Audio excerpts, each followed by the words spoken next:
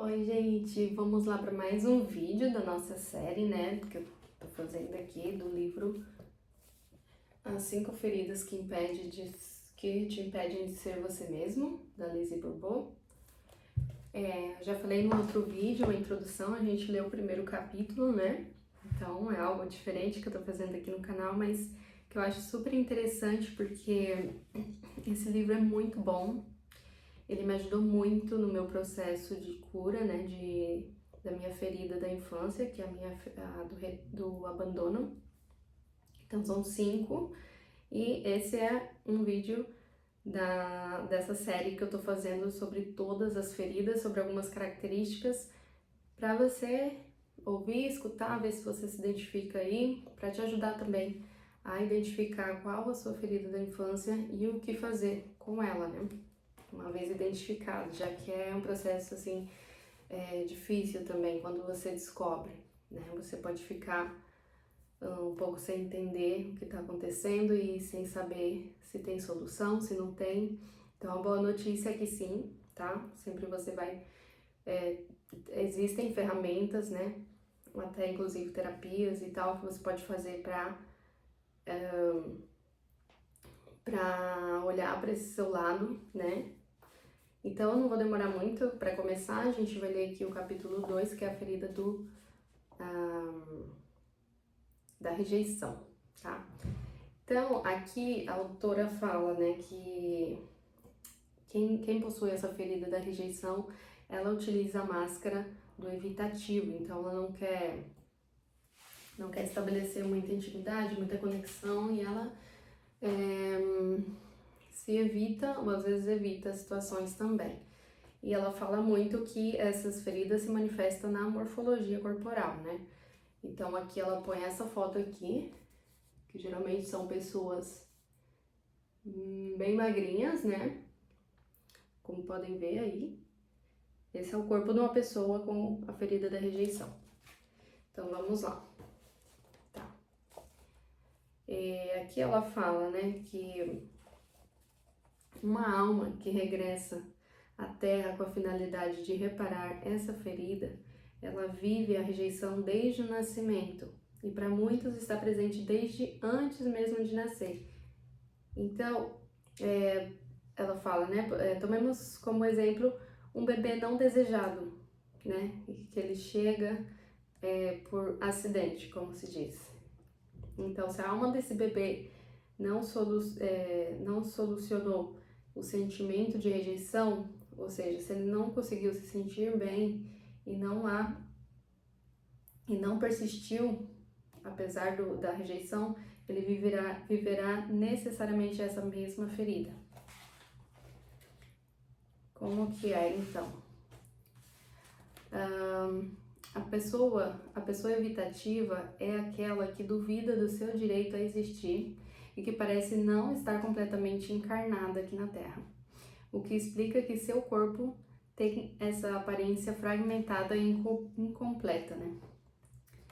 Por exemplo, o lado direito do corpo ou do rosto pode ser muito diferente do lado esquerdo, né?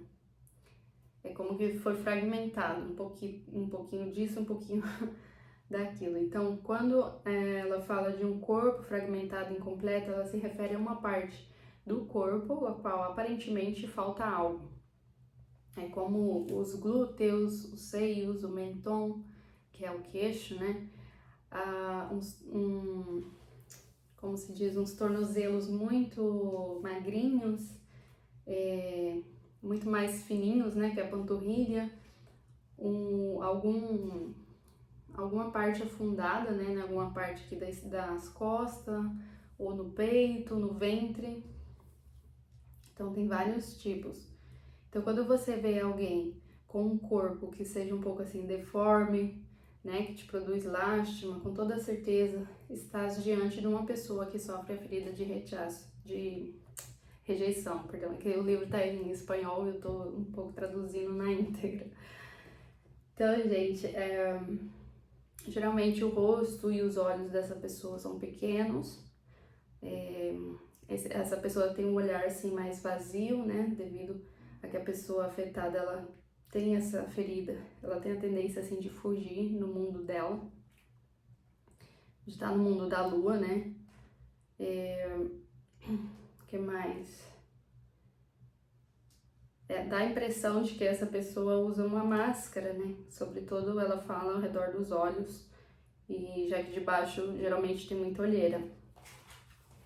Que mais? Então a autora fala aqui, ela conta um exemplo, né, de uma paciente que ela fala assim, que ela lembra de uma menininha que ela se escondia de trás de um móvel quando os pais delas tinham convidados na casa, né? Então, quando as pessoas lembravam da ausência dela, todos começavam a procurar ela, né? Mas ela não saía de onde ela estava escondida, porque ela sabia que os adultos se preocupariam cada vez mais. Então, você vê que ela estava naquela posição, eu quero que me encontrem, né? Eu quero que se deem conta de que eu existo. Porque ela mesma sentia que não existia. Eu acho que eu tenho um pouquinho dessa ferida, assim, dessa coisa de se sentir invisível. Em alguma parte da minha infância eu vivi algo assim também. Igual eu falei no outro vídeo, né? A gente pode ter as 5, só que geralmente a gente tem uma mais forte e uma outra, assim, secundária que a gente mais percebe. Então, vamos lá. Quando essa criança ela tem um corpo assim mais pequeno do promédio, que parece assim um bonequinho e tal, geralmente foi porque a mãe o protegeu em excesso, né? Ou a pessoa cuidadora. Porque essa ferida se dá mais do sexo, o mesmo sexo, por exemplo, o progenitor do mesmo sexo. Se eu tenho essa ferida, eu vivi com a minha mãe, né? Ou se eu sou um menino, eu vivi com meu pai. Então, essa questão da superproteção, geralmente a criança escuta muito que ela é muito pequena, por isso, por aquilo, e que não crê, e o que crê que seu corpo permanece pequeno. Ela crê tanto que seu corpo não desenvolve, né? Então, para essa criança ser amada, ela se converte em... Ser amada para ela é como se sente muito sufocada, porque ela foi muito autoprotegida. Então, ela vai tender a fugir disso. Então, mais adiante, sua reação consistirá em recusar ou fugir quando alguém o ame pelo seu temor de se sentir asfixiado, ou seja, quando alguém vem com alguma forma de amor, essa criança ela pode se sentir sufocada e querer fugir dessa situação, né? Então acontece muito, essas pessoas geralmente se sabotam muito nos relacionamentos, né? Que elas não permitem esse acercamento. Então a criança superprotegida se percebe a si mesmo como rejeitado, pois ele não sente que é aceitado do jeito que ele é. Tá. Essas pessoas também preferem não se apegar às coisas materiais, porque assim fica mais fácil dela fugir, sabe? Qualquer situação que ela se sinta ameaçada ou sufocada, ela pode fugir com maior facilidade, porque ela não tem apego material. Geralmente a espiritualidade, temas como espiritualidade, né, o mundo intelectual, geralmente é algo que eles buscam mais prazer aí, né, mais do que o material. Porque o material para eles, essas pessoas sentem como supérfluas, né? Coisas supérfluas. Geralmente essas pessoas também, elas são bem desapegadas, por elas serem desapegadas, coisas materiais e tal, elas também têm muita certa dificuldade na vida sexual, porque elas começam a acreditar que a sexualidade ela pode interferir na espiritualidade, então elas são capazes de rejeitar essa parte deles, né? Tá, a ferida da rejeição, ela radica no mesmo progenitor, ou no progenitor do mesmo sexo, né? Então, o progenitor do mesmo sexo desempenha a função de ensinar a amar os outros e a dar-nos amor também. O progenitor do sexo oposto nos mostra a deixar que a gente se ame mesmo e a receber amor também. Então tá, a pessoa com ferida da rejeição, ela se anula, se infravalora. Devido a isso, ela necessita de todo jeito ser perfeito, então são pessoas muito perfeccionistas, e obter reconhecimento diante de seus próprios olhos e dos demais também.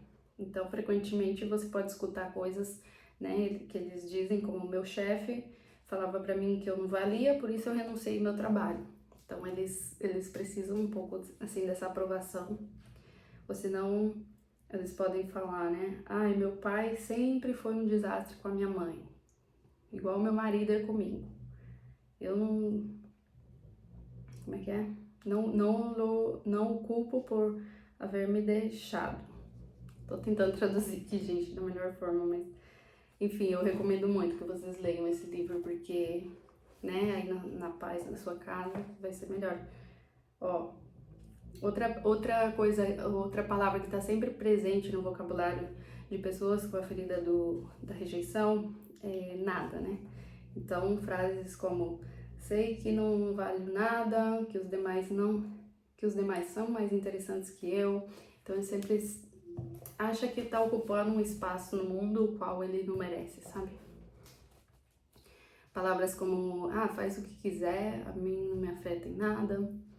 Então, eles são muito de falar assim. É importante se percatar de que é particularmente o progenitor do mesmo sexo quem fomenta a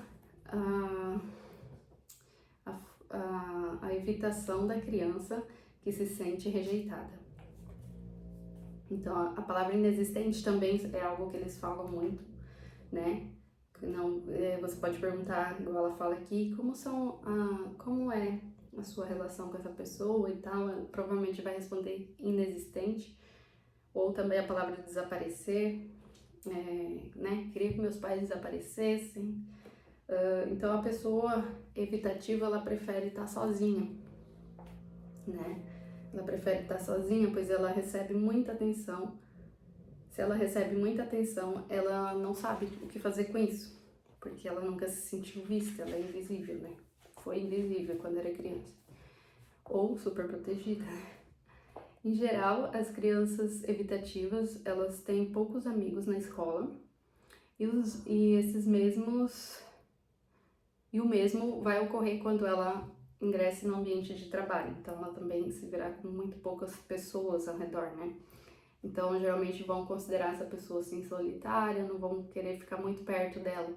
Não porque ela fez algo, mas senão que só de ver esse jeito da pessoa, as pessoas automaticamente se apartam, né? Então, ela fala aqui que, no geral, essa pessoa evitativa, ela fala pouco, e se ela decide falar muito, será para tentar infundir valor a ela mesma, o que pode ser interpretado como uma atitude de valia, assim, diante dos olhos dos demais, né? Geralmente essas pessoas podem padecer problemas de pele, né? Já para evitar o contato físico, né? Alguma forma que o corpo tem de evitar os demais.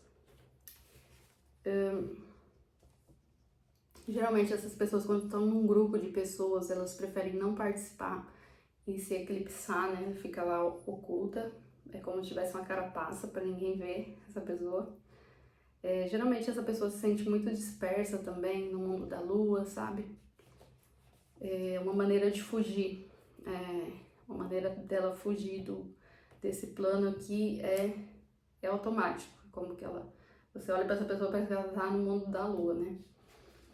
Então, geralmente são pessoas que tendem a sentar com as pernas cruzadas, né, em forma de flor de lótus, assim como dizer, né, com os pés para cima, ou seja, são pessoas pouco aterradas, né. Provavelmente, se for ler o mapa astral dessas pessoas, são pessoas que têm pouco elemento terra no mapa deles também. Então, como ela fala aqui, ela falou, essa pessoa não sente aceitada nem acolhida pelo progenitor do mesmo sexo, o que não supõe necessariamente que esta pessoa recusado ela em algum momento, senão que ela mesma se sente assim, né? Vou tentar pular um pouco aqui para não ficar muito longo o vídeo. É que tem muita informação aqui. Geralmente quem sofre essa recusa, eles buscam incessantemente o amor do progenitor do seu mesmo sexo. Em ocasiões, projeta sua busca a outras pessoas do mesmo sexo também, né? Que podem ser até com amigos e tudo, ou parentes. É muito sensível ao mínimo comentário que proceda para essa pessoa e ela se sente facilmente rejeitada. Com o tempo, ela pode se voltar muito rancorosa. São pessoas que podem odiar fortemente, assim como amar também, né? Então, eu acho que para todo ódio existir, para alguém chegar a odiar, tem que também ter existido muito amor. Então, elas podem ir de um ponto ao outro. Se você se vê assim com essa ferida, ela fala aqui, é muito importante aceitar que, ainda que o seu progenitor realmente te recuse, te evite, é a tua ferida que não sarou, né? Que em realidade atrai a você mesmo esse mesmo tipo de pessoas e o mesmo tipo de situações. E se você continua acreditando que tudo o que te sucede é culpa dos demais, você nunca vai poder sarar essa ferida. Então é muito importante você pegar a responsabilidade para você, né? Então quanto mais profunda seja a ferida de rejeição em uma pessoa, mais atrairá circunstâncias para ser recusada, rejeitada ou rejeitar as demais pessoas. A pessoa evitativa, ela vive em ambivalência. Quando ela é escolhida, ela não pode acreditar, então ela se auto-sabota, né? Ela rejeita a si mesma. E em ocasiões, isso chega a sabotar a situação. E, sem embargo, quando ela não é escolhida, ela se sente rejeitada pelos outros, né? Então deve ser uma situação difícil, né? Gente, eu vou até dar uma pulada aqui. Então tá, são pessoas muito perfeccionistas, pessoas que falam muito de pânico, por exemplo, me dá pânico parar de fumar, enquanto que, né, um exemplo que ela dá aqui, enquanto que uma pessoa sem essa ferida falaria que seria apenas difícil deixar de fumar, né? Que mais aqui? Então eu vou pular para a parte final. Aí ela relata bastante, incluso doenças que essa pessoa pode vir a desenvolver, né? Segundo a ferida. São várias aqui, a anorexia também está incluída.